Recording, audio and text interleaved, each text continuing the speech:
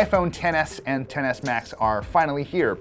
Sort of. They're actually coming out later this week, and we're working on our full review. We still have a lot of testing to do, but I just couldn't help myself. I wanted to get on camera and talk to you guys a bit about the first impressions I've had with these two devices, and we have to start, obviously, with the design. I mean, largely, the iPhone XS is a carbon copy of last year's iPhone X. It does use a few different materials. There's a slightly more durable glass on the front and back, so it's less prone to cracks and scratches, which is a really nice touch. I did kind of beat the crap out of my iPhone X from last year, but obviously, it's very familiar in terms of design.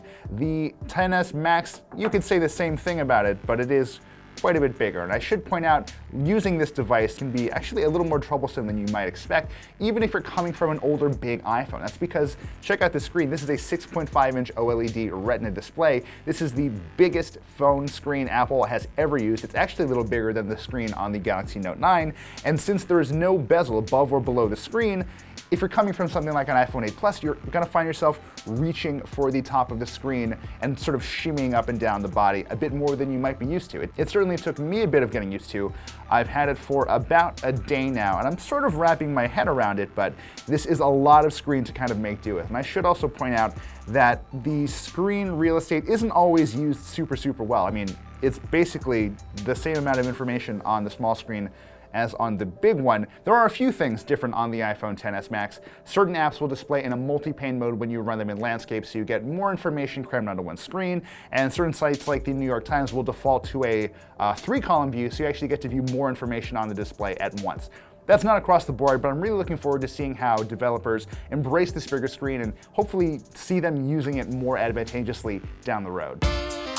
We should also talk about performance. These two devices both run Apple's A12 Bionic chipset, and it's a pretty decent improvement over what we got last year. That's largely due to the architecture. So the two performance cores are up to 15% faster than what you got on the iPhone X, and the GPU is up to 50% faster, which is kind of a big lift too, especially if you're a big smartphone gamer.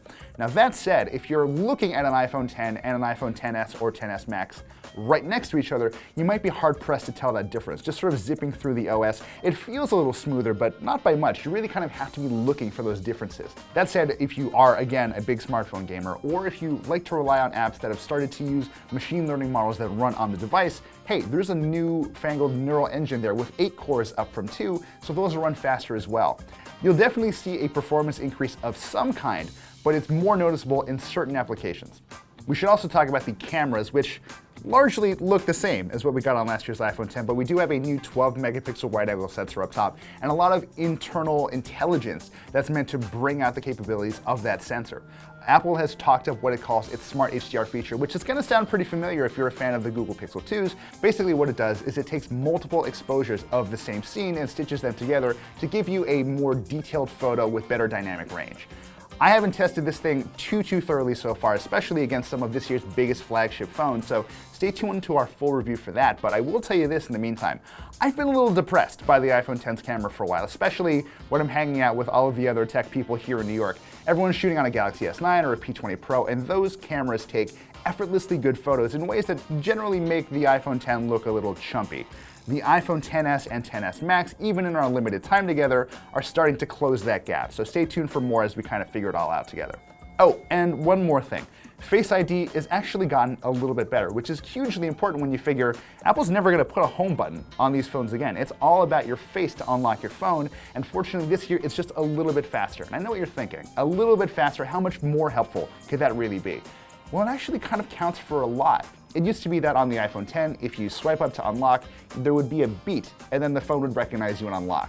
That's still the case on the XS and XS Max sometimes, but other times I've been able to swipe up, and before I even finish swiping, it's already good to go. It's seen my face, it says you're okay, and I'm into all of my content. So if you're the kind of person who's consistently in a rush and just needs to be able to access your stuff at a moment's notice, this iPhone is the one for you. And I should also point out, it's really nice that Apple, in forcing us to embrace Face ID, has made it less of a barrier. There's less keeping you from the things that you have to do.